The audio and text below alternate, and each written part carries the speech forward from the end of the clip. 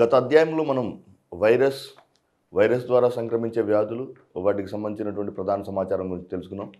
ఈరోజు బ్యాక్టీరియా యొక్క సమాచారం, బ్యాక్టీరియాలో ఉన్నటువంటి నిర్మాణం, బ్యాక్టీరియా ద్వారా కలిగేటువంటి ప్రధానమైన వ్యాధుల గురించి తెలుసుకుంటాం. ఫస్ట్ బ్యాక్టీరియా సాధారణంగా మొనెరా అనే సమూహానికి చెందిన జీవులు. సాధారణంగా ఇవి చూపించే పోషకత్వాన్ని మనం గమనించుస్తే బ్యాక్టీరియాలు సాధారణంగా స్వయం పోషకత్వాన్ని చూపుతాయి. పరపోషకత్వం, పరాన్న జీవనం మరియు పూతిక ఆహారపు జీవనాన్ని కలిగి ఉంటాయి. పూతికాహారపు జీవనాన్ని చూపుతాయి. స్వయం పోషకత్వాన్ని చూపుతాయి, పరాన్న జీవితాన్ని చూపుతాయి మరియు పూతికాహారం. పరాన్న జీవనం అంటే వేరొక జీవి మీద ఆహారం మరియు ఆవాసం కొరకు ఆధారపడటం. పూతికాహారం అంటే మరణించిన జీవులపై ఆధారపడే జీవులను పూతికాహారపు జీవులని. స్వయం పోషకపు జీవులంటే తమ యొక్క ఆహార పదార్థాలను తమంతట తామే తయారు చేసుకునే జీవులను స్వయం పోషక జీవులని అంటారు. సాధారణంగా బ్యాక్టీరియాలో ఇవి మొనెరా సమూహానికి చెందిన బ్యాక్టీరియాల్లో అతిపెద్ద బ్యాక్టీరియా థయోమార్గరెన్షియా నమీబియా మరియు అతి చిన్న బ్యాక్టీరియా పాస్చురెల్లా. బ్యాక్టీరియాలు సాధారణంగా ఇటువంటి పోషకత్వాన్ని చూపించే బ్యాక్టీరియాలు సాధారణంగా భూమిపై ఉన్నటువంటి స్కావెంజర్స్ లేదా భూమిపై ఉన్నటువంటి అనేక రకాలైనటువంటి మరణించినటువంటి జీవులను విచ్ఛిన్నం చేసే జీవులు బ్యాక్టీరియాలు కనుక వీటిని స్కావెంజర్స్ అని అంటారు. ఈ బ్యాక్టీరియా యొక్క అధ్యయన శాస్త్రాన్ని బ్యాక్టీరియాలజీ అని అంటారు. Very very important. సాధారణంగా మనం గమనించుస్తే బ్యాక్టీరియా యొక్క బాహ్య కవచాన్ని మీరు గమనించుస్తే బ్యాక్టీరియా యొక్క బాహ్య కవచం సెల్ వాల్ లేదా కణకవచంతో నిర్మితమైనది. సాధారణంగా బ్యాక్టీరియా యొక్క బాహ్య కవచమైనటువంటి కణకవచం పెప్టిడోగ్లైకాన్లతో రసాయనికంగా పెప్టిడోగ్లైకాన్లతో నిర్మితమైనది.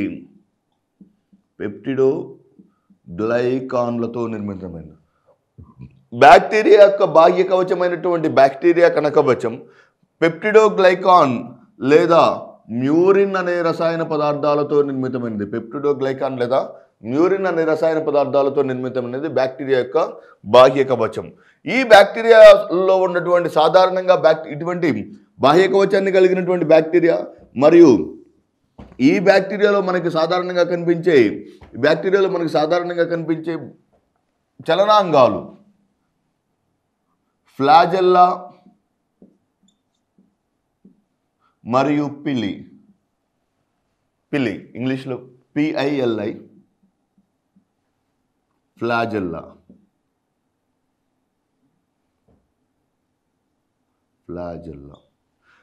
బ్యాక్టీరియాలోని చలనాంగమైనటువంటి ఫ్లాజెల్లిన్ అనే రసాయన పదార్థంతో నిర్మితమైనది. పిలి అనే చలనాంగం పిలిన్ అనే రసాయన పదార్థంతో నిర్మితమైనది. బ్యాక్టీరియా యొక్క చలనాంగాలైనటువంటి ఫ్లాజెల్లా మరియు పిలీలు ఫ్లాజెల్లిన్ పిలిన్ అనే రసాయన పదార్థాలతో నిర్మితమైనటువంటి చలనాంగాలు. సాధారణంగా బ్యాక్టీరియాలోని జన్యు సమాచారం వృత్తాకారంలో ఉంటుంది. Very very important. బ్యాక్టీరియాలోని జన్యు సమాచారం వృత్తాకారపు జన్యు సమాచారాన్ని కలిగి ఉంటాయి. బ్యాక్టీరియా తన యొక్క వృత్తాకారపు జన్యు సమాచారాన్ని కలిగి ఉంటుందని ఇంతకుముందు బీటీ కాటన్ మరియు బీటీ బ్రింజాల్ గురించి చెప్పుకునేటప్పుడు కూడా చెప్పుకున్నాం. ఒకసారి గుర్తుంచుకోండి. బ్యాక్టీరియాలోని జన్యు సమాచారం వృత్తాకారంలో ఉంటుంది. ఈ వృత్తాకారపు జన్యు సమాచారాన్ని కలిగి ఉంటుంది కనుక బ్యాక్టీరియా ఈ వృత్తాకారపు జన్యు సమాచారాన్ని కలిగి ఉన్నందువలన బ్యాక్టీరియా అనేక రకాలైనటువంటి జన్యు సాంకేతిక పరిజ్ఞానంలో ఉపయోగించబడుతుంది. బ్యాక్టీరియా యొక్క జన్యు సమాచారాన్ని వృత్తాకారపు జన్యు సమాచారం, that is very very important. Bacteria యొక్క వృత్తాకారపు జన్యు సమాచారాన్ని ప్లాస్మిడ్ అని అంటారు. బ్యాక్టీరియా యొక్క వృత్తాకారపు జన్యు సమాచారాన్ని ప్లాస్మిడ్ అని అంటారు. ఈ వృత్తాకారపు జన్యు సమాచారం కలిగి ఉంటుంది కనుక దాదాపుగా అనేక జన్యు సాంకేతిక పరిజ్ఞానంలో బ్యాక్టీరియాను విరివిగా ఉపయోగించడం జరుగుతుంది. మరియు ఈ వృత్తాకారపు జన్యు సమాచారం మరియు సాధారణంగా ఇది తన యొక్క ఆకారాన్ని ఒక రూపం నుండి మరొక రూపానికి మార్చుకుంటుంది. Very very important. Bacteria pleomorphism అనే లక్షణం చూపుతుంది. Very very important. తన యొక్క ఆకారాన్ని ఒక రూపం నుండి మరొక రూపానికి మార్చుకునే లక్షణాన్ని కలిగి ఉంటుంది. ఎలా అంటే సాధారణంగా బ్యాక్టీరియాలో తన యొక్క ఆకారాన్ని ఒక రూపం నుండి మరొక రూపానికి మార్చుకోవడం ద్వారా, తన యొక్క ఆకారాన్ని ఒక రూపం నుంచి మరొక రూపానికి మార్చుకోవడం ద్వారా సాధారణంగా వీటిలో ఉన్నటువంటి జన్యు సమాచారం వృత్తాకారపు జన్యు సమాచారాన్ని కలిగి తన యొక్క ఆకారాన్ని ఒక రూపం నుంచి మరొక రూపానికి మార్చుకోవడం వలన, మరియు ఇవి సాధారణంగా వాతావరణంలో ఉన్నటువంటి నత్రజనిని వాతావరణంలోని నత్రజనిని వేరుబుడిపలలో నిక్షిప్తం చేయడానికి దోహదం జరుగుతుంది. అంటే ఇవి తమ యొక్క వృత్తాకారపు జన్యు సమాచారాన్ని కలిగి మరియు వేరుబుడిపలలోని నత్రజని స్థాపనను జరపడానికి లెగ్యూమినేసి జాతికి చెందినటువంటి వృక్షాలలో, అంటే చిక్కుడు వంటి జాతి వృక్షాలలో నత్రజని స్థాపన వాతావరణంలోని నత్రజనిని వేరుబుడిపలలో నిక్షిప్తం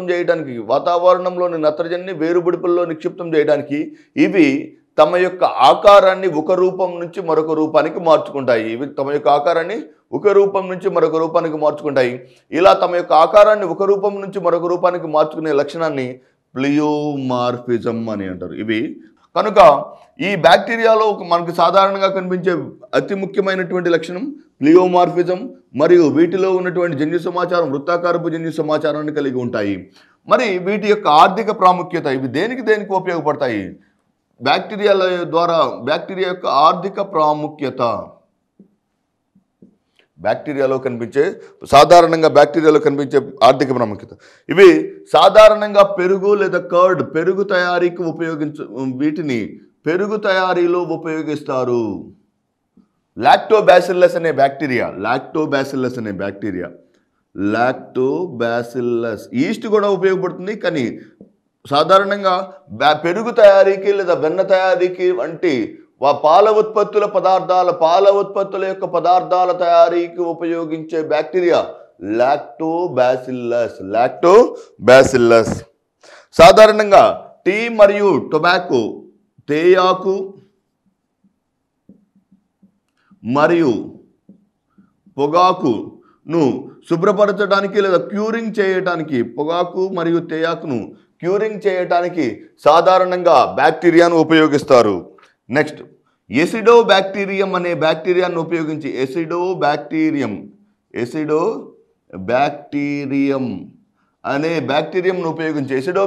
అనే బ్యాక్టీరియంను ఉపయోగించి వెనిగర్ అనే రసాయన పదార్థాన్ని తయారు చేయడం జరుగుతుంది.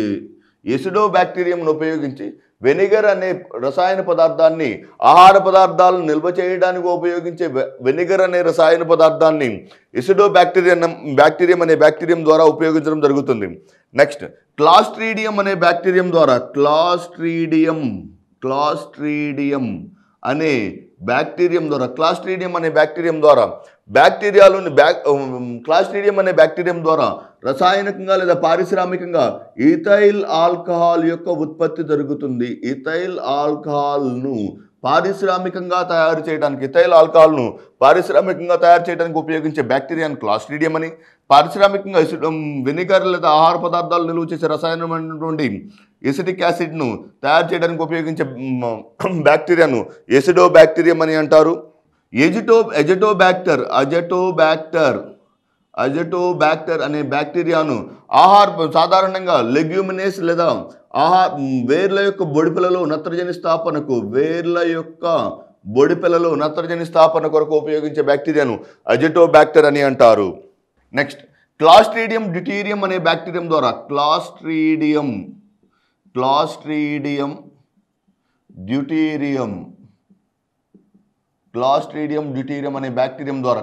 డ్యూటీరియం అనే బ్యాక్టీరియం ద్వారా బ్యాక్టీరియాలు సాధారణంగా తేయాకు, పొగాకు మరియు జనుము యొక్క క్యూరింగ్ జరుగుతుంది. క్యూరింగ్ కొరకు ఉపయోగించే బ్యాక్టీరియాను క్లాస్ట్రీడియం డ్యూటీరియం అని అంటారు. తేయాకు, పొగాకు మరియు జనపనార వంటి పదార్థాల యొక్క క్యూరింగ్కి ఉపయోగించే బ్యాక్టీరియాను క్లాస్ట్రీడియం డ్యూటీరియం అంటారు. ఇది బ్యాక్టీరియాల యొక్క ఆర్థిక ప్రాముఖ్యత.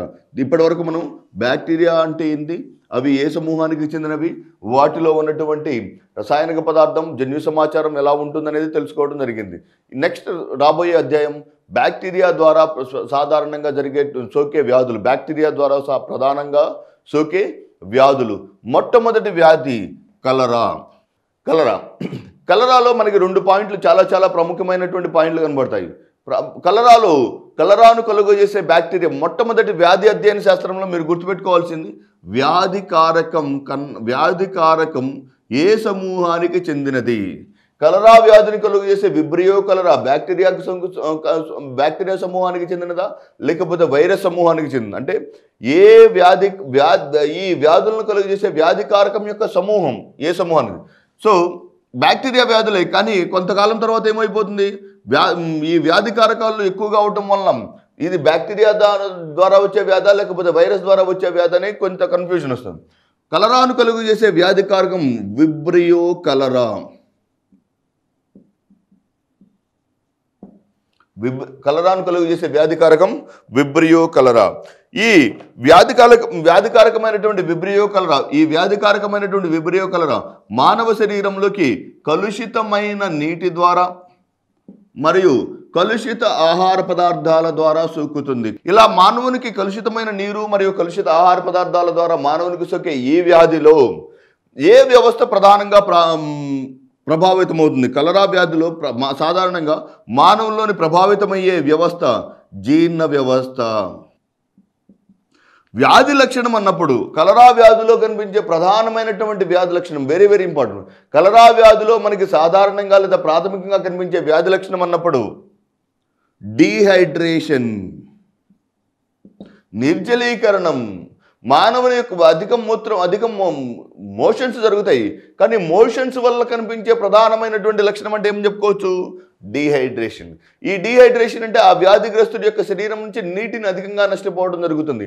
ఈ అధికంగా నష్టపోయినటువంటి నీటి యొక్క శాతాన్ని మరలా పునరుత్పత్తి చేయడానికి నీరు ఒక్కటే పోదు, నీటితో పాటు అధిక మొత్తంలో లవణాలను నష్టపోవడం జరుగుతుంది. That is very important. ఈ కలరా వ్యాధిగ్రస్తులు కానీ లేకపోతే ఏదైనా వ్యాధిగ్రస్తుల యొక్క శరీరం నుంచి నీటిని నష్టపోయినప్పుడు నీటితో పాటు లవణాల యొక్క పునరుత్పాదన లేదా పునఃస్థాపన కొరకు చేసేటువంటి ద్రావణాన్ని ఓఆర్ఎస్ ద్రావణం అని అంటారు. ఓఆర్ఎస్ ద్రావణం అని అంటారు.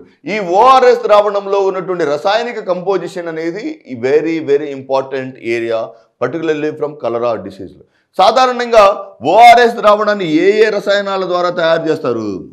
ఓఆర్ఎస్లో ఉన్నటువంటి ప్రధానమైనటువంటి అనుఘటకాలు సాధారణంగా sodium క్లోరైడ్లో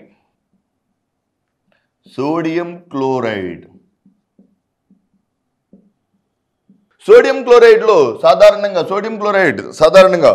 3.5 grams sodium chloride. Next sodium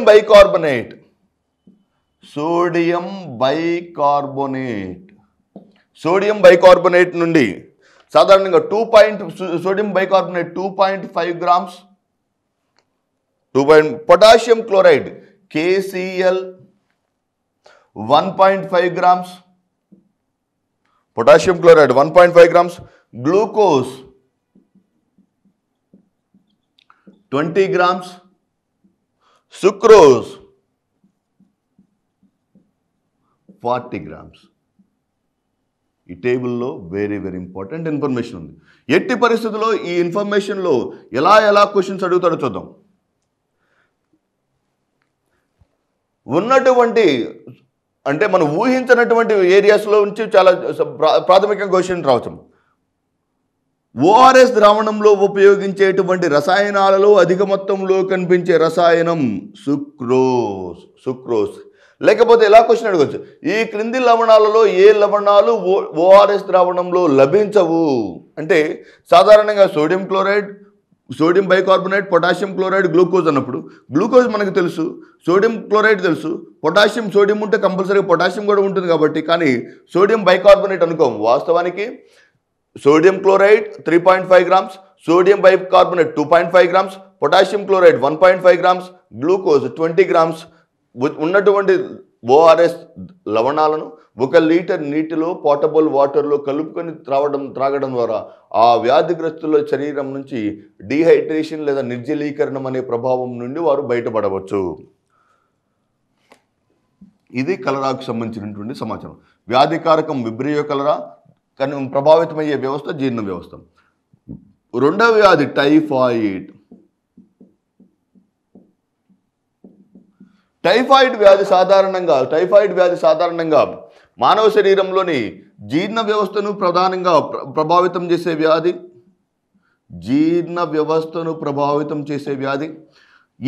సాధారణంగా కలుగు చేసే వ్యాధికారకం సాల్మోనెల్లా టైఫీ.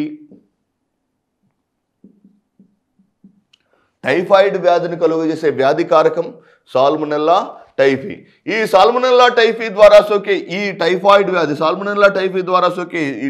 వ్యాధి మానవ శరీరంలో జీర్ణ వ్యవస్థను ప్రభావితం చేస్తుంది కనుక మరియు దీనిని గుర్తించడానికి చేసేటువంటి పరీక్షా విధానాన్ని వైడాల్ పరీక్ష అంటారు. లేదా ఈ వ్యాధి నిర్ధారణకు చేసే పరీక్షను వైడాల్ పరీక్ష అని అంటారు. సాధారణంగా ఈ వ్యాధి యొక్క నిర్ధారణకు లేదా వ్యాధి యొక్క నివారణకు ఉపయోగించే మందులను సల్ఫా డ్రగ్స్ అని అంటారు. వెరీ వెరీ ఇంపార్టెంట్ క్వశ్చన్, చాలాసార్లు రిపీటెడ్గా ప్రీవియస్ ఎగ్జామ్స్లో అడిగినటువంటి క్వశ్చన్. ఈ క్రింది టైఫాయిడ్ వ్యాధికి ఇచ్చేటువంటి మందులు సల్ఫా డ్రగ్స్. అంటే టైఫాయిడ్ కొరకు అనేక రకాలైనటువంటి జెనరిక్ నేమ్స్తో ఉన్నటువంటి మందులు ఉన్నాయి, కానీ వాటిలో ప్రధానంగా మనకు కనిపించే మందు ఏంటిది? Sulpha drugs. క్షయ లేదా ట్యూబర్క్యులోసిస్ లేదా TB. Tuberculosis very very important disease for 2014. భారత ప్రభుత్వం మొట్టమొదటిసారిగా ఒక వ్యాధి కొరకు ప్రభుత్వ ప్రైవేట్ భాగస్వామ్యంలోకి వెళ్ళినటువంటి ఏకైక వ్యాధి ట్యూబర్క్యులోసిస్. ప్రభుత్వ ప్రైవేట్ భాగస్వామ్యం అనగా దీనిలో ఈ వ్యాధి యొక్క చికిత్స కొరకు అధిక సంఖ్యలో ఆరోగ్య నిపుణులు అవసరం కనుక ఈ వ్యాధి యొక్క చికిత్సా విధానానికి ఆరోగ్య నిపుణులను ప్రభుత్వం నియమించుకోలేని పరిస్థితుల్లో, వ్యాధిగ్రస్తులను ఆరోగ్య నిపుణులను ప్రభుత్వం నియమించుకోలేని పరిస్థితుల్లో ప్రభుత్వ ప్రైవేట్ భాగస్వామ్యం పబ్లిక్ ప్రైవేట్ పార్ట్నర్షిప్ కరెంట్ రిలేటెడ్గా వచ్చినప్పుడు పబ్లిక్ ప్రైవేట్ పార్ట్నర్షిప్ విధానంలో పీపీపీ విధానంలో పబ్లిక్ ప్రైవేట్ పార్ట్నర్షిప్ విధానంలో మొట్టమొదటిసారిగా ప్రవేశించినటువంటి వ్యాధి కారకం మైకోబాక్టీరియం ట్యూబర్క్యులోజం.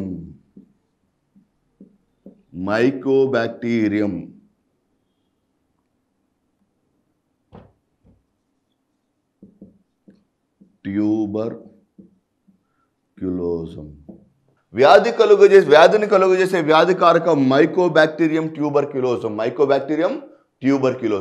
ఈ మైకోబాక్టీరియం ట్యూబర్క్యులోజం కలుగు చేసే ఈ టైఫాయిడ్ వ్యాధి మానవ శరీరంలో గాలి ద్వారా సోకే వ్యాధి కారకం ఎలా వ్యాప్తి చెందుతుంది? గాలి ద్వారా వ్యాప్తి చెందుతుంది. ఒక వ్యక్తి నుంచి మరొక వ్యక్తికి, వ్యాధిగ్రస్తుడైనటువంటి మానవుడి నుంచి ఆరోగ్యవంతమైన మానవునికి సోకడానికి ప్రధానమైనటువంటి కారకం గాలి. ఈ గాలి ద్వారా సోకినటువంటి ఈ వ్యాధిని నిర్ధారించడానికి చేసే పరీక్షా విధానాన్ని మాంటాక్స్ పరీక్ష అని అంటారు. Very very important. ఇంతకుముందు మనం చూసాము టైఫాయిడ్ వ్యాధికి చేసేటువంటి పరీక్షా విధానాన్ని వైడాల్ పరీక్షా విధానం అని, వేరాజ్ in the case of TB వ్యాధిని నిర్ధారించడానికి చేసే పరీక్షా విధానాన్ని మాంటాక్స్ పరీక్షా విధానం అని అంటారు. ఈ వ్యాధి విధానంలో సాధారణంగా ఈ వ్యాధి నివారణకు చేసే చికిత్సా విధానాన్ని లేదా ఆధునిక చికిత్సా విధానాన్ని DOTS అని అంటారు. Dots directly observed treatment short course.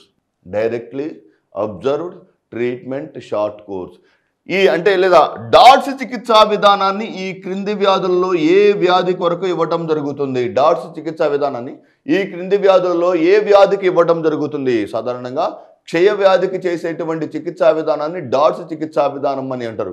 ఈ డాట్స్ చికిత్సా విధానంలో ఏం జరుగుతుందంటే ఒక ఆరోగ్య నిపుణుడు ఉదయాన్నే లేకపోతే సాయంత్రం లేదా ఒక వ్యాధిగ్రస్తునకు తన యొక్క ప్రత్యక్ష పర్యవేక్షణలో వెరీ వెరీ ఇంపార్టెంట్, వ్యాధిగ్రస్తుని యొక్క ప్రత్యక్ష పర్యవేక్షణలో ఆరోగ్య నిపుణుని యొక్క ప్రత్యక్ష పర్యవేక్షణలో వ్యాధిగ్రస్తునకు చికిత్సను అందించడాన్ని డాట్స్ చికిత్సా విధానం లేదా directly observed treatment short course. ఎప్పుడైతే ఈ వ్యాధిగ్రస్తుడు తన యొక్క చికిత్సా విధానాన్ని నిరంతరం అలా కంటిన్యూస్గా లేదా అలాగే కొనసాగించడం ఆపేస్తాడు, వెంటనే అతనిలో కనిపించేటువంటి 2 రకాలైనటువంటి రోగ నిరోధక శక్తులు కనిపిస్తాయి. One is MDR and XDR, multi drug resistance and extreme drug resistance. Multi drug resistance అనేక రకాలైనటువంటి యాంటీబయాటిక్స్కి ఆ వ్యాధిగ్రస్తుడు లేదా ఆ వ్యాధి సోకినటువంటి వ్యక్తి నిరోధకతను చూపుతాడు. ప్రత్యేకంగా ఆ వ్యాధికారకం మొండిబారినటువంటి వ్యాధికారకంగా తయారవుతుంది.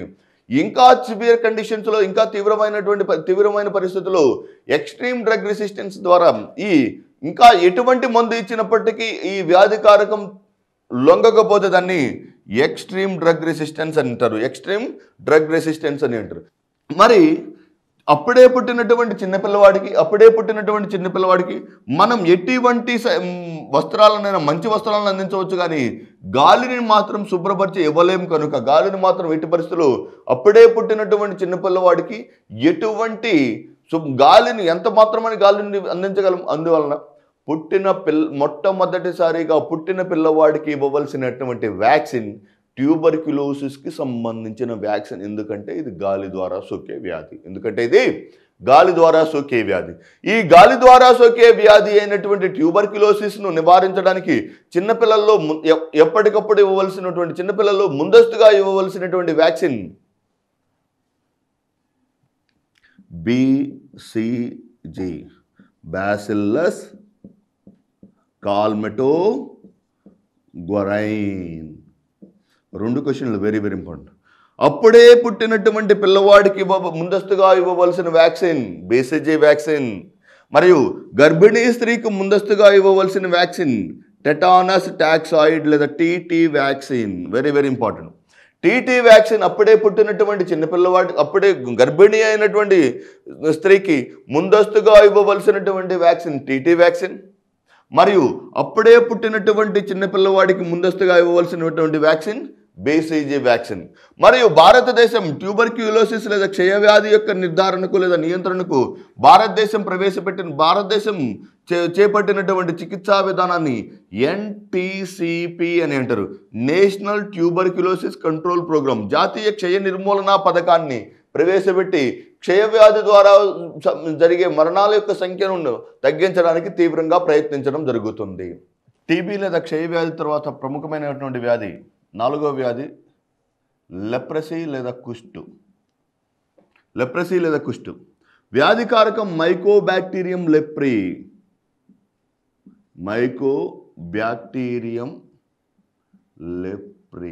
లెప్రసీ లేదా కుష్టి వ్యాధిని కలుగు చేసే వ్యాధికారకం మైకోబాక్టీరియం లెప్రీ అనే బ్యాక్టీరియా. గుర్తుపెట్టుకోండి, లెప్రసీ అనేది బ్యాక్టీరియా ద్వారా సోకే వ్యాధి, కుష్టు అనేది బ్యాక్టీరియా ద్వారా సోకే వ్యాధి. ఏ బ్యాక్టీరియా ద్వారా సోకుతుంది? సాధారణంగా మైకోబాక్టీరియం లెప్రీ అనే బ్యాక్టీరియా ద్వారా సోకే ఈ వ్యాధి మానవ శరీరంలోని కండర వ్యవస్థను ప్రభావితం చేస్తుంది. కండరాలకు సోకే వ్యాధి. సో వేర్ల లోపల ఉన్నటువంటి, సాధారణంగా చర్మం లోపల ఉన్నటువంటి కండర వ్యవస్థను నిర్వీర్యం చేసేటువంటి వ్యాధి లెప్రసీ లేదా కుష్టి వ్యాధి. ఈ కుష్టి వ్యాధిలో సాధారణంగా మానవ శరీరంలో కండర వ్యవస్థను నిర్వీర్యం చేసే ఈ కుష్టి వ్యాధిలో వ్యాధిని హాన్సన్ వ్యాధి అని కూడా పిలుస్తారు. హాన్సన్ వ్యాధి అని కూడా పిలుస్తారు. ఎందుకంటే మొట్టమొదటిసారిగా దీన్ని కనుగొన్న శాస్త్రవేత్త హాన్సన్ అయినందువలన, ఈ వ్యాధికారకాన్ని మొట్టమొదటిసారిగా కనుగొన్న శాస్త్రవేత్త హాన్సన్ అయినందువలన ఈ వ్యాధిని హాన్సన్ వ్యాధి అని కూడా పిలుస్తారు. ఈ హాన్సన్ వ్యాధి ద్వారా సోకేటువంటి ఈ హాన్సన్ వ్యాధిలో సాధారణంగా కండరాలకు సోకేటువంటి వ్యాధి అత్యంత ఎగ్జామినేషన్ పాయింట్ ఆఫ్ వ్యూలో చాలా ట్రికీ ఏరియా. సాధారణంగా కుష్టి వ్యాధి ప్రత్యక్ష తాకిడిల ద్వారా ఎట్టి పరిస్థితుల్లో సోకదు. ప్రత్యక్ష స్పర్శల ద్వారా లేదా డైరెక్ట్ కాంటాక్ట్ లేదా ప్రత్యక్ష స్పర్శల ద్వారా ఒక వ్యక్తి నుంచి మరొక వ్యక్తికి సోకదు. ఒక మల్టీ డ్రగ్ థెరపీ, దీన్ని నివారణకు ఉపయోగించే చికిత్సా విధానాన్ని MDT లేదా మల్టీ డ్రగ్ థెరపీ. ఈ మల్టీ డ్రగ్ థెరపీ ద్వారా MDT లేదా మల్టీ డ్రగ్ థెరపీ ద్వారా ఉపయోగించేటువంటి మందుల ద్వారా సాధారణంగా ఈ వ్యాధి ఒక వ్యక్తి నుంచి మరొక వ్యక్తికి సోకదు, ప్రత్యక్ష.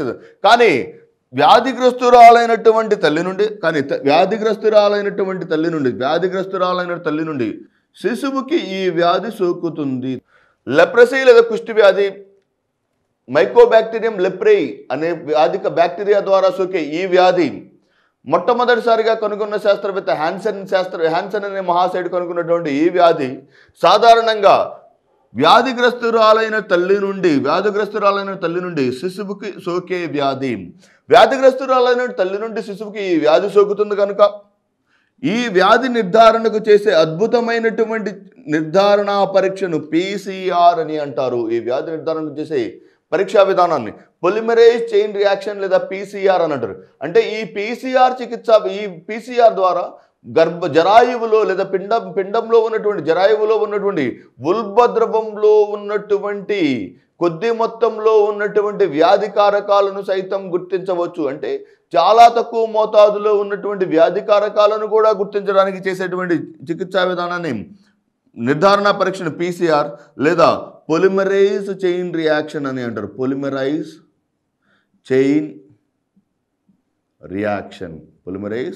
చైన్ రియాక్షన్ అని అంటారు. తర్వాత వ్యాధి ప్లేగ్.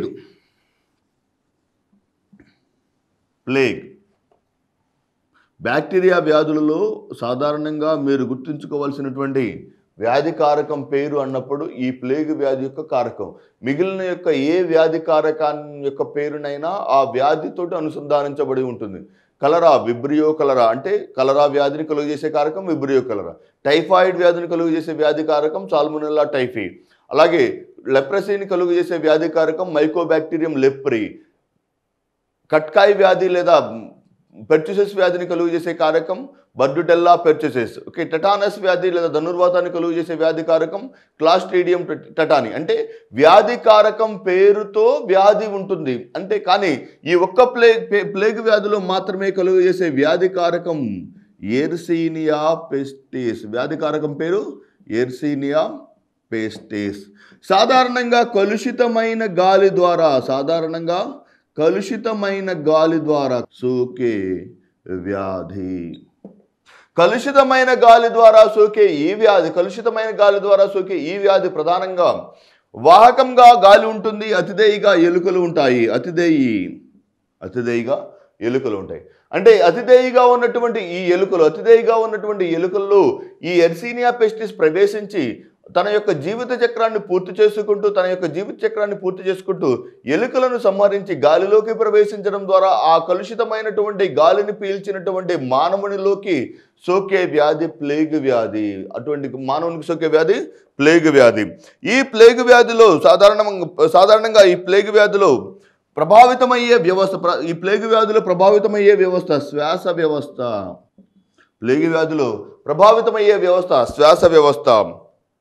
దీనికి ఈ వ్యాధి నిర్ధారణకు లేదా ఈ వ్యాధి నివారణకు ఉపయోగించే మందు టెట్రాసైక్లిన్. ఈ వ్యాధి నివారణకు ఇచ్చేటువంటి మందు టెట్రాసైక్లిన్. దీన్ని కనుగొన్న శాస్త్రవేత్త డాక్టర్ ఎల్లాప్రగడ సుబ్బారావు. టెట్రాసైక్లిన్ అనే మందును కనుగొన్నటువంటి శాస్త్రవేత్త ఎల్లాప్రగడ సుబ్బారావు. టెట్రాసైక్లిన్ అనే ఔషధాన్ని కనుగొన్నటువంటి ఎల్లాప్రగడ సుబ్బారావును ఇతను అద్భుత ఔషధాల సృష్టికర్త.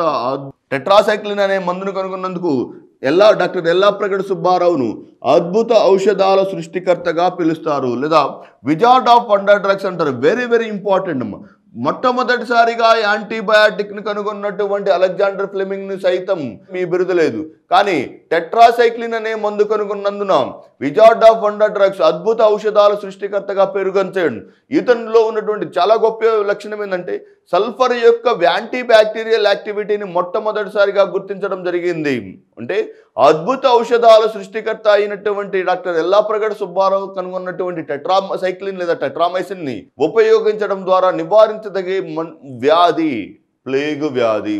ఆంధ్రప్రదేశ్కి చెందినటువంటి పశ్చిమ గోదావరి జిల్లా ప్రాంతానికి చెందినటువంటి ఈ ఎల్లాప్రగడ సుబ్బారావు అద్భుత ఔషధాల సృష్టికర్త అయినటువంటి ఈ ఎల్లాప్రగడ సుబ్బారావు టెట్రాసైక్లిన్ అనే మందును కనుగొన్నాడు. మరియు ఈ మందును టెట్రాసైక్లిన్ లేదా టెట్రామైసిన్ అనే మందును అమెరికాలో సుబ్బావోమైసిన్ అని కూడా వ్యవహరిస్తారు. Very very important. పెన్సిలిన్ కనుగొన్నటువంటి అలెగ్జాండర్ ఫ్లెమింగ్ కన్నా కూడా అత్యంత ప్రముఖమైనటువంటి వ్యక్తి డాక్టర్ ఎల్లాప్రగడ సుబ్బారావు.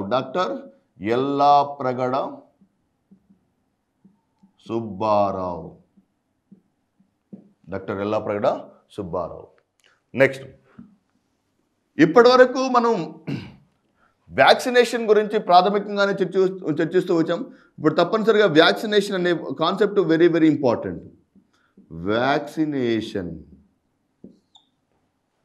వ్యాక్సినేషన్ అనగా వెరీ ఇంపార్టెంట్. వ్యాక్సినేషన్ అనగా సాధారణంగా చూడండి, వెరీ వెరీ ఇంపార్టెంట్. ఒక వ్యక్తిలో వ్యాధిని కలుగజేసే కారకాన్ని వ్యాధి కారకం అని అంటారు. అది గాలి ద్వారా వ్యాధి సోకవచ్చు, నీటి ద్వారా వ్యాధి సోకవచ్చు, లేకపోతే వాయువుల ద్వారా వ్యాధి సోకవచ్చు, లేకపోతే బ్యాక్టీరియా ద్వారా వ్యాధులు సోకవచ్చు, లేదా వైరస్ ద్వారా వ్యాధి సోకవచ్చు, శిలీంధ్రాల ద్వారా వ్యాధి సోకవచ్చు, లేకపోతే ప్రోటోజోవా ద్వారా సైతం వ్యాధి సోకవచ్చు. అంటే వ్యాధిని కలుగజేసే కారకాలు అనేక రకాలైనటువంటి కారకాలను వ్యాధి కారకం, దీనినే యాంటీజెన్ లేదా ప్రతిజనకం అని అంటారు. సాధారణంగా మానవ శరీరంలోకి వ్యాధిని కలుగజేసే రసాయన పదార్థాలను లేదా జీవులను వ్యాధిని కలుగజేసే జీవ లేదా నిర్జీవ కారకాలను యాంటీజెన్ లేదా ప్రతిజనకం అని అంటారు. అయితే ఎప్పుడైతే ఈ ప్రతిజనకం మానవ శరీరంలోకి ప్రవేశిస్తుందో ఆ ప్రతిజనకాన్ని సంహరించడానికి మానవ శరీరంలోని రక్షణ వ్యవస్థ అయినటువంటి యాంటీబాడీ లేదా ప్రతిరక్షకాలు తయారవుతాయి. దీనికి యాంటీజెన్ ప్రతిజనకానికి వ్యతిరేకంగా తయారయ్యేటువంటి కారకాన్ని యాంటీబాడీ లేదా ప్రతిరక్షకం ఎల్లప్పుడూ మానవ శరీరంలో ఉన్నటువంటి ప్రతిజనకానికి వ్యతిరేకంగా ఉన్నటువంటి కారకాన్ని యాంటీబాడీ లేదా ప్రతిరక్షకం అంటారు. ఈ రెండింటి మధ్య ఎల్లప్పుడూ ఒక నిర్దిష్టమైన పోరాటం జరుగుతూ ఉంటుంది, ప్రతిజనకం మరియు ప్రతిరక్షకాల మధ్య. ఈ ప్రతిజనకం ప్రతిరక్షకాన్ని సంహరించడానికి ప్రయత్నిస్తూ ఉంటుంది. ఎప్పుడైతే ప్రతిజనకం మానవ శరీరంలోకి ప్రవేశిస్తుందో దాన్ని సంహరించడానికి ప్రతిరక్షకాలు దోహదం చేస్తాయి. అంటే మరి వ్యాక్సినేషన్ సమయంలో ఏం జరుగుతుంది? సాధారణంగా చాలా సింపుల్ లాజిక్ చూడండి. 1860 సంవత్సరంలో వ్యాక్సినేషన్ పితామహుడైనటువంటి డాక్టర్ ఎడ్వర్డ్ జెన్నర్ 1860వ దశకంలో తన వైద్య విద్యను అభ్యసించే సమయంలో వారి దగ్గరికి ఒక పశువుల కాపరి వచ్చి ఇలా కంప్లైంట్ చేయడం జరిగింది. మీరు కూడా చాలాసార్లు గమనించి ఉంటారు. Very very important. ఒకసారి చికెన్ పాక్స్ లేదా మసూచి సోకినటువంటి వ్యాధిగ్రస్తుడికి మరలా అదే వ్యాధి రెండవసారి రావటం లేదు. చాలాసార్లు మీరు గమనించుంటారు. కాకపోతే ఇదే కాన్సెప్ట్ని మొట్టమొదటిసారిగా 1860వ దశకంలో ఒక నిరక్షరాస్యుడైనటువంటి పశువుల కాపరి గుర్తించి అతనికి దగ్గర ఉన్నటువంటి పశువులలో ఒకసారి గాలికుంటు వ్యాధి సోకినటువంటి పశువుకి మరలా రెండవసారి అదే వ్యాధి రావటం లేదు అని గుర్తించి ఎడ్వర్డ్ జెన్నర్కు చెప్పడం గమనించాడు. ఏమని చెప్పాడు? ఒకసారి వ్యాధి వచ్చినటువంటి జీవికి అదే వ్యాధి రెండవసారి రావటం లేదని చెప్పాడు. అంటే రెండవసారి రావటం లేదంటే దానిలో ఉన్నటువంటి ఏదో ఒక రక్షక వ్యవస్థ వల్ల, అంటే ఒకసారి మానవ శరీరంలోకి ఏదైనా వ్యాధి కారకం ప్రవేశిస్తే మానవ శరీరంలోకి ఏదైనా వ్యాధికారకం ప్రవేశిస్తే దానిని నివారించడానికి మానవ శరీరంలో ఒక రక్షణ వ్యవస్థ బయలుదేరుతుంది. దాన్ని నివారించడానికి మానవ శరీరంలో ఏదో ఒక రక్షణ వ్యవస్థ బయలుదేరుతుంది. వ్యాధిని కలుగజేసే కారకాన్ని యాంటీజెన్ అన్నాము. అంటే ప్రతి వ్యాధిని నివారించడానికి మన శరీరంలో ఒక అద్భుతమైన రక్షణ వ్యవస్థ ఉంటుంది. దానినే యాంటీబాడీ లేదా ప్రతిరక్షకం అని అంటారు. ఈ ప్రతిరక్షకాన్ని సంహరించడానికి మానవ శరీరంలో ఉన్నటువంటి అనేక రకాలైనటువంటి కారకాలు దోహదం చేస్తాయి. అంటే వ్యాక్సినేషన్ సమయంలో ఆరోగ్యవంతమైన మానవుడు చిన్న వయసులో ఉన్నప్పుడు అతని శరీరంలోకి జీవ లేదా నిర్జీవ అంటే బతికి ఉన్నటువంటి లేదా నిర్జీవంగా ఉన్నటువంటి ఏదైనా కొద్ది మోతాదులో ఉన్నటువంటి వ్యాధికారకాన్ని అతని శరీరంలోకి ప్రవేశపెట్టడం ద్వారా దాన్ని సంహరించడానికి, ఫర్ ఎగ్జాంపుల్ పోలియో వ్యాధిగ్రస్తుడికి ఇచ్చేటువంటి వ్యాక్సిన్లో ఏముంటుంది? పోలియో వ్యాధికారకం ఉంటుంది. పోలియో వ్యాధికారకానికి అగైనెస్ట్గా అతని శరీరంలో ఏమవుతాయి? శరీరంలో అన్ని రకాలైనటువంటి యాంటీబాడీస్ లేదా ప్రతిరక్షకాలు తయారవుతాయి. అంటే వ్యాక్సినేషన్ సమయంలో ప్రతిజనకాలను ఇవ్వడం ద్వారా ప్రతిరక్షకాలను ప్రేరేపించడం గమనించవచ్చు. What is that? వ్యాధికారకంలో వ్యాక్సినేషన్ సమయంలో ప్రతిజనకాలను ఇవ్వడం ద్వారా ప్రతిరక్షకాలను ప్రేరేపించడం జరుగుతుంది. Very very important. చాలాసార్లు అడిగారు చూడండి.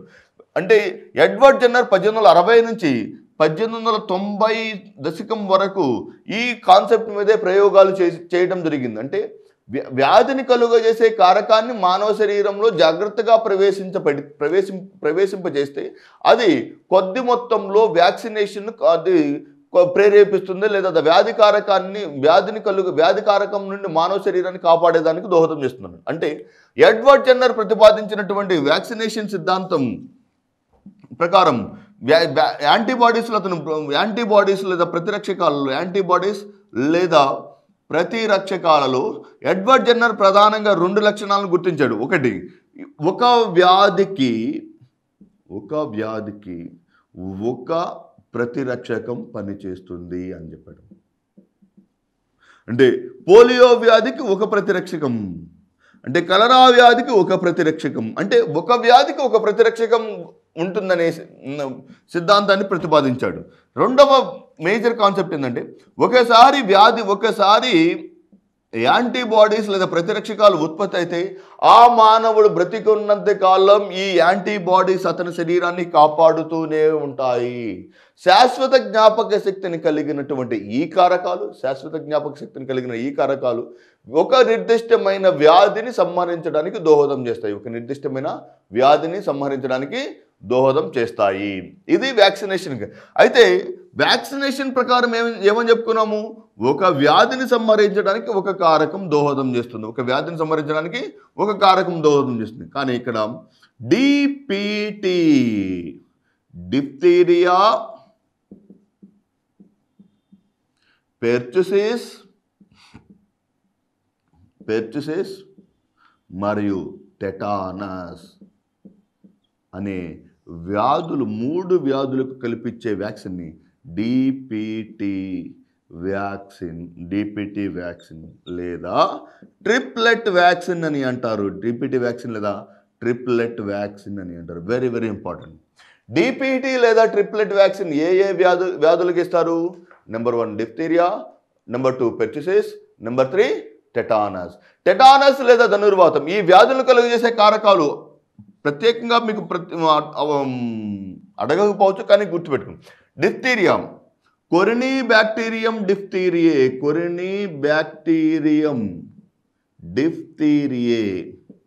బార్డుటెల్లా pertussis, Clostridium tetani. Corynebacterium diphtheriae అనే వ్యాధికారకం ద్వారా సోకే వ్యాధి డిప్తీరియా, బర్డుటెల్లా పెర్చుసిస్ అనే వ్యాధికారకం ద్వారా సోకే వ్యాధి పెర్చుసిస్, క్లాస్ట్రీడియం టెటానీ ద్వారా సోకే వ్యాధి టెటానస్. క్లాస్ట్రీడియం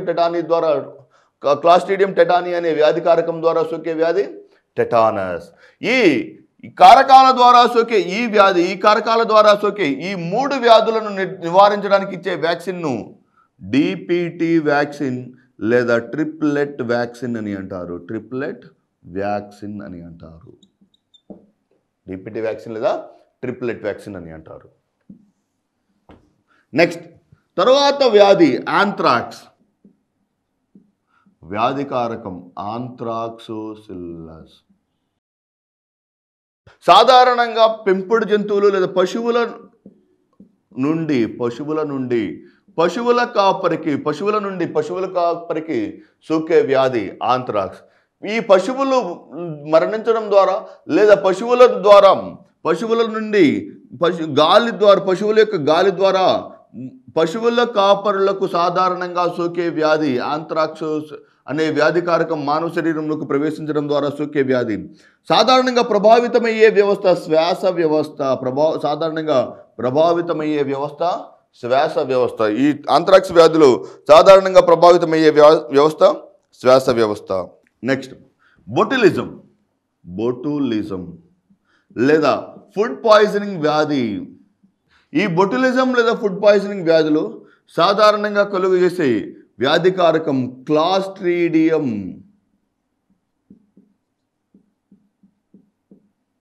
బొటులినం. క్లాస్ట్రీడియం బొటులినం అనే వ్యాధికారకం ద్వారా ఈ వ్యాధి బొటులిజం కలుషితమైన ఆహార పదార్థాల ద్వారా కలుషితమైన ఆహారం ద్వారా సోకుతుంది. సాధారణంగా కలుషితమైన ఆహారం ద్వారా సోకే వ్యాధి బొటులిజం లేదా ఫుడ్ పాయిజనింగ్ వ్యాధి. వ్యాధికారకం బొటులినం. మెనింజైటిస్.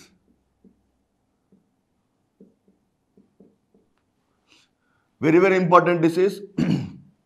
ఈ వ్యాధి గురించి అడిగినప్పుడు ఇది బ్యాక్టీరియా ద్వారా, వైరస్ ద్వారా మరియు శిలీంధ్రాల ద్వారా 3 కారకాల ద్వారా సోకే వ్యాధి. కనుక దీన్ని సాధారణంగా ఎక్కువగా అయితే దీన్ని మనం బ్యాక్టీరియా సంబంధిత వ్యాధిగానే పరిగణించవచ్చు. కానీ ఈ వ్యాధిని కలుగజేసే కారకాలు బ్యాక్టీరియా ద్వారా మీరు ఎగ్జామినేషన్లో చాలా జాగ్రత్తగా ఆలోచించి రాయాలి. ఒకవేళ బ్యాక్టీరియా, వైరస్, శిలీంధ్రాలు అని అడిగి ఆప్షన్ డిలో పైవన్నీ అని అడిగితే మాత్రం తప్పనిసరిగా 3 కారకాల ద్వారా మెనింజైటిస్ అనే వ్యాధి సంభవిస్తుంది. ఒకవేళ వీటిలో పైవన్నీ ఆప్షన్ లేకుండా ఇక్కడ ప్రోటోజోవా అని ఇచ్చాడు అనుకోండి, ప్రోటోజోవా అని ఇస్తే ఇది బ్యాక్టీరియా సంబంధిత వ్యాధి అని. ఓకే, అన్ని కారకాలను ప్రస్తావించినప్పుడు అన్ని కారకాల ద్వారా సంక్రమించే వ్యాధి. అన్ని కారకాలనే ఒక ఆప్షన్ లేనప్పుడు ఇది సాధారణంగా బ్యాక్టీరియా ద్వారా సంక్రమించే వ్యాధి. మెనింజైటిస్ అనే వ్యాధి నిస్సారియా మెనింజైటిస్ అనే బ్యాక్టీరియా ద్వారా సంక్రమిస్తుంది. నిస్సారియా మెనింజైటిస్ అనే వ్యాధి కారకం ద్వారా సోకే ఈ వ్యాధి మెదడులోని మస్తిష్క మేరు ద్రవాన్ని ప్రభావితం చేస్తుంది. పేరులోనే ఉంది చూడండి, వెరీ వెరీ ఇంపార్టెంట్. మెదడులోని మస్తిష్క మేరు ద్రవాన్ని ప్రభావితం చేసే వ్యాధి మెదడు వ్యాధి. లేకపోతే మెదడు యొక్క మస్తిష్క మేరు ద్రవం నిస్సారియా మెనింజైటిస్ అనే బ్యాక్టీరియా సోకడం ద్వారా కలిగే వ్యాధి మెనింజైటిస్. మస్తిష్కం అంటే మెదడు, మేరు అంటే వెన్నుపాము. మెదడు మరియు వెన్నుపాములో ఉన్నటువంటి ద్రవరూప పదార్థమైనటువంటి లేదా మెదడు మరియు వెన్నుపామును అనుసంధానించే ద్రవరూప పదార్థానికి నిస్సారియా మెనింజైటిస్ అనే వ్యాధికారకం సోకడం ద్వారా సోకే వ్యాధి. సాధారణంగా దీనిలో గాలి ద్వారా సోకే వ్యాధి. ఇది సాధారణంగా గాలి ద్వారా సోకే వ్యాధి. సో ఇన్ఫ్లమేషన్ టు ద మెదడు మరియు వెన్నుపాములను అనుసంధానించే మస్తిష్క మేరు ద్రవానికి నిస్సారియా మెనింజైటిస్ అనే వ్యాధికారకం ద్వారా సోకడం ద్వారా కలిగే అత్యంత ప్రమాదకరమైన మరియు ప్రభావితపూరితమైనటువంటి వ్యాధి మెనింజైటిస్. సో ఇక్కడితోటి బ్యాక్టీరియా సంబంధిత వ్యాధులు మరియు వాటికి సంబంధించినటువంటి కారకాలు, వాటికి సంబంధించినటువంటి డిస్కస్ ఇప్పటివరకు. బ్యాక్టీరియా యొక్క జంతురాజ్యం, బ్యాక్టీరియా ఏ సమూహానికి చెందినవి, బ్యాక్టీరియాలో ఉన్నటువంటి ప్రధాన వర్గాలు, బ్యాక్టీరియా ద్వారా సోకే వ్యాధుల గురించి మనం ఇప్పటివరకు చర్చించుకుంటూ వచ్చాం. తర్వాత ప్రధానమైనటువంటి కారకం, బ్యాక్టీరియా తర్వాత వచ్చేటువంటి ప్రధానమైన కారకం వెరీ వెరీ ఇంపార్టెంట్, ప్రోటోజోవా సంబంధిత వ్యాధులు. ప్రో అనగా మొట్టమొదటి ప్రాథమిక, జువా అనగా జంతువులు. ప్రాథమికంగా లేదా మొట్టమొదటిసారిగా భూమి మీద ఏర్పడినటువంటి జంతువులు కనుక వీటిని ప్రోటోజోవా జంతువులు అంటారు. ఇవి భూమి మీద మొట్టమొదటిసారిగా ఏర్పడినవి కనుక పరిణామ పరంగా లేదా పర్యావరణ పరంగా లేకపోతే ఒక జీవి ఆవరణ వ్యవస్థలో ఏర్పడడానికి కనిపించే అతి ముఖ్యమైన జీవులు. ఆవరణ వ్యవస్థలో జీవులు ఏర్పడడానికి కారణమైనటువంటి అతి ముఖ్యమైన జీవులను ప్రోటోజోవా జీవులు. జంతురాజ్యంలో మొట్టమొదటిసారిగా ఏర్పడిన ఏకకణ అభివృద్ధి చెందిన జీవులు, ఏకకణ అభివృద్ధి చెందిన జీవులను ప్రోటోజోవా జీవులు అంటారు. సాధారణంగా వీటిలో ఒకే కణం ఉంటుంది. సాధారణంగా ఇవి ఏకకణాన్ని కలిగిన జీవులు. మరియు ఈ ఏకకణాన్ని కలిగినందువలన వీటిలో ఉన్నటువంటి జన్యు సమాచారం కూడా ఒకే జన్యు సమాచారం ఉంటుంది. ఈ ప్రోటోజోవా జీవులలో మనకి ప్రాథమికంగా కనిపించే వ్యాధి మలేరియా. ప్రోటోజోవా ద్వారా సోకే అతి ప్రధానమైనటువంటి వ్యాధి అయినటువంటి మలేరియా ప్లాస్మోడియం వైవాక్స్ అనే వ్యాధి కారకం ద్వారా సోకుతుంది. ప్లాస్మోడియం వైవాక్స్ అనే ప్రోటోజోవా ద్వారా సోకే ఈ వ్యాధి, ప్లాస్మోడియం వైవాక్స్ అనే ప్రోటోజోవా ద్వారా సోకే ఈ వ్యాధి మానవ శరీరంలోని కాలేయాన్ని ప్రభావితం చేస్తుంది. వాస్తవానికి మలేరియా అనగా లిటరల్ మీనింగ్ బ్యాడ్ ఎయిర్ లేదా చెడు గాలి.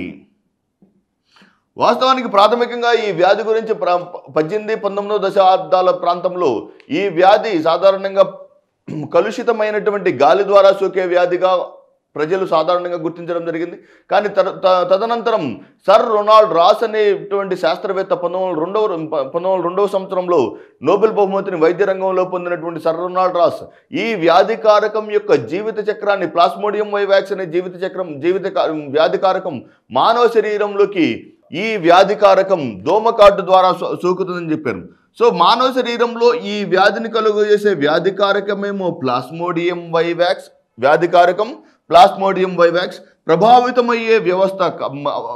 ప్రభావితమయ్యే అవయవం కాలేయం. మానవ శరీరంలో దీని యొక్క ప్రభావం వలన ప్లాస్మోడియం వైవాక్స్ మానవ శరీరంలోకి ప్రవేశింపజేయడానికి దోహదం చేసేది ఆడ అనాఫిలస్ దోమ. ఈ దోమకాటు ద్వారా మానవ శరీరంలోకి సోకేటువంటి అత్యంత ప్రమాదకరమైనటువంటి వ్యాధి అయినటువంటి ప్లాస్మోడియం వైవాక్స్ ఎలా ప్రవేశిస్తుంది? Very very important. లేదా మలేరియా పరాన్నజీవి యొక్క జీవిత చక్రం. ఈ జీవిత చక్రాన్ని మొట్టమొదటిసారిగా కనుగొన్న శాస్త్రవేత్త సర్ రొనాల్డ్ రాస్. ఇతను ఈ మలేరియా పరాన్నజీవి యొక్క జీవిత చక్రాన్ని కనుగొన్నందుకు మలేరియా పరాన్నజీవి యొక్క జీవిత చక్రాన్ని కనుగొన్నందుకు ఇతనికి 1902 సంవత్సరంలో వైద్య రంగంలో నోబెల్ బహుమతి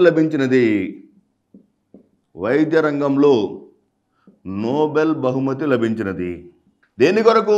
మలేరియా పరాన్నజీవి యొక్క జీవిత చక్రాన్ని కనుగొన్నందుకు సర్ రొనాల్డ్ రాస్ అనే శాస్త్రవేత్తకు 1902 సంవత్సరంలో వైద్య రంగంలో నోబెల్ బహుమతిని పొందిన శాస్త్రవేత్త. ఇతను వైద్య రంగంలో నోబెల్ బహుమతి పొందినటువంటి ఈ సర్ రొనాల్డ్ రాస్ ఈ పరాన్నజీవి యొక్క జీవిత చక్రాన్ని ఈ క్రింది విధంగా విశదీకరించడం జరిగింది. ఎప్పుడైనా వ్యాధి కారకం మానవ శరీరంలోకి ప్రవేశించడానికి దోమకాటు ద్వారా మానవ శరీరంలోకి ప్రవేశించేటప్పుడు ఒక దోమ ఆడ అనాఫిలస్ దోమ ఆరోగ్యవంతమైన మానవ శరీరాన్ని కుట్టినప్పుడు తన యొక్క లాలాజలం ద్వారా, తన యొక్క దంతాల ద్వారా, తన యొక్క తొండం ద్వారా స్పోరోజాయిట్లను